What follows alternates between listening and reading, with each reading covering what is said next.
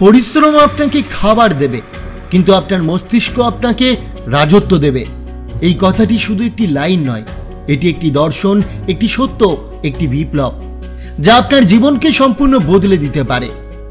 আমরা ছোটবেলা থেকেই শুনেছি পরিশ্রমের ফল মিষ্টি হয়, তাই আমরা ধরে নিয়েছি যত বেশি ঘাম ঝরাবো, যত বেশি ভরে উঠব, যত দীর্ঘ সময় কাজ করব, তত তাড়াতাড়ি সাফল্য ধরা দেবে।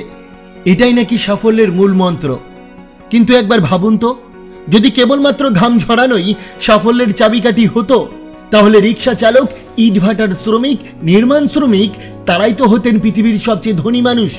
তাহলে কেন তারা দিন শেষে রুটি ভাতের চিন্তায় ঘুমাতে যান?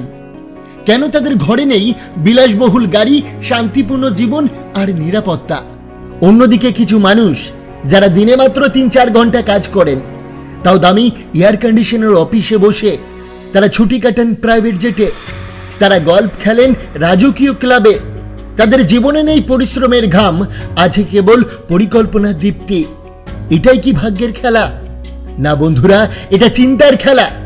এটা সেই খেলোয়াড়দের খেলা যারা মাথা ব্যবহার করে খেলেন, শরীর নয়, বুদ্ধি দিয়ে লড়াই করেন।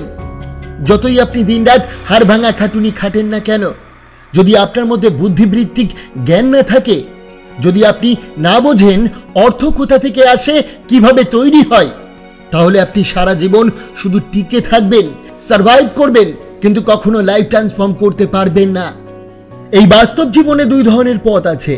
একদিকে পরিশ্রম করে দিন কেটে যায়, অন্যদিকে কেউ একজন ছোট আইডিয়াকে বড় চিন্তায় রূপান্তরিত করে ফেলে, আর সেটাই হয় কোটি টাকার ব্যবসা। যেখানে একদল মানুষ সারাদিন হাতে কাজ করে, সেখানে আরেক দল মানুষ তাদের ব্রেন দিয়ে চিন্তা করে, এই ভিড়টা কার জন্য কাজ করছে, আমি কি করে এই ভিড়ের নেতা হতে পারি। স্মার্ট মানুষরা চিন্তা করে, তারা বিশ্লেষণ করে, তারা শুধু টাকা ইনকাম করে না, তারা জানে টাকা কোথায় কিভাবে কাজে লাগাতে হয়। এই সমাজে 3 ধরনের মানুষ থাকে। কেউ টাকা খরচ করে আনন্দ পায়, কেউ টাকা জমিয়ে নিরাপত্তা খোঁজে, আর কেউ সেই টাকা ইনভেস্ট করে আরো অনেক দ্বিগুণ বাড়িয়ে ফেলে। এই তৃতীয় ধরনের মানুষরাই ভবিষ্যতের ধনী, নেতা, সফল ব্যক্তি। আপনার যদি ফাইন্যান্সিয়াল নলেজ না থাকে, আপনি যদি কেবল ঘাম ঝরান, তাহলে আপনি কেবল পেট চালাতে পারবেন। কিন্তু আপনি যদি জানেন কিভাবে টাকা কাজ করে, তাহলে আপনি টাকা দিয়ে আরেকটি টাকা বানাতে পারবেন। বড় বড় বিজনেসম্যানদের দিকে তাকান, তারা নিজের হাতে কাজ করে না, তারা চিন্তা করে, পরিকল্পনা করে, সিস্টেম বানায়। হাজারো মানুষ তাদের জন্য কাজ করে। তাই একদিকে আছে পরিশ্রম, অন্যদিকে আছে প্রফিট। পরিশ্রমের বিনিময়ে আপনি বেতন পান, কিন্তু চিন্তার মাধ্যমে আপনি লাভ পাবেন, স্বাধীনতা পাবেন। এখন প্রশ্ন উঠতে পারে, সবাই কি ব্যবসায়ী হতে পারে? উত্তর হলো না। সবাই ব্যবসায়ী হতে নাও পারে, কিন্তু সবাই চিন্তাশীল হতে পারে। সবাই নিজের মস্তিষ্ককে জাগাতে পারে।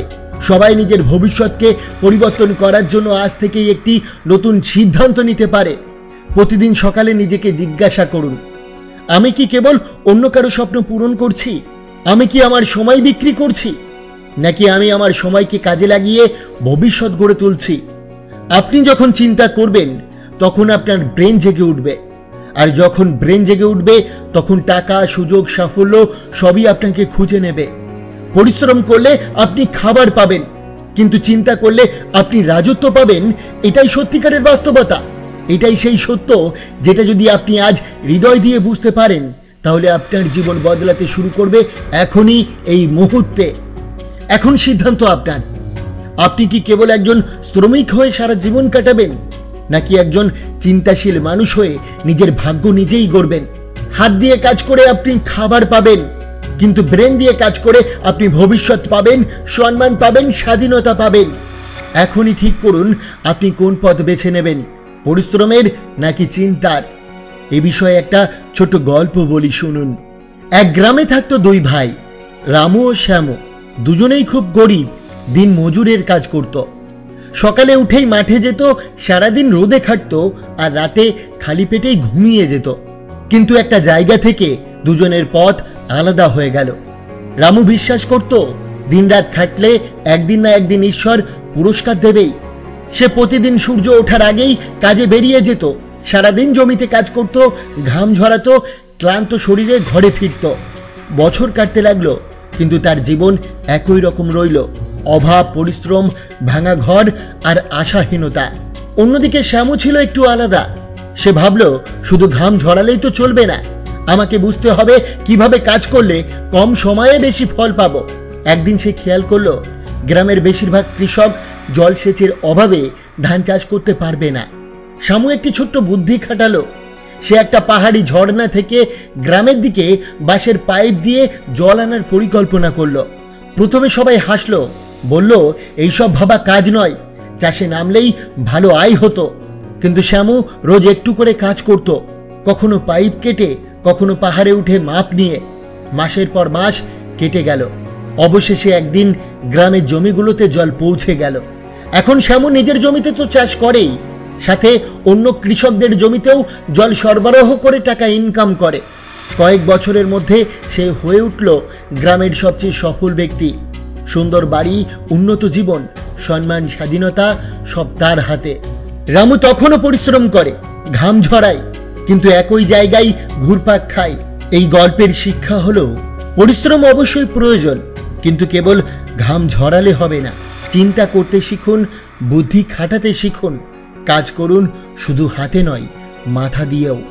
আচার্য চাণক্য বলেন, যে ব্যক্তি কেবল হাতের শক্তিতে বিশ্বাস করে সে সর্বদা অন্যের অধীনে থাকে, কিন্তু যে ব্যক্তি মস্তিষ্ক ব্যবহার করতে জানে একদিন অন্যের অধিপত্য হয়। তাই পরিশ্রম করুন ঠিকই, কিন্তু ব্রেন দিয়ে চালনা করুন, তাহলেই আপনি শুধু জীবনে টিকে থাকবেন না, রাজত্ব করবেন। বন্ধুরা, আশা করি আজকের এই ভিডিওটি আপনার অনেক ভালো লেগেছে। অবশ্যই ভিডিওটিকে একটি লাইক করবেন, কমেন্ট করবেন, প্রিয়জনের কাছে শেয়ার করতে ভুলবেন না। আপনাকে অসংখ্য ধন্যবাদ ভিডিওটি শেষ পর্যন্ত দেখার জন্য।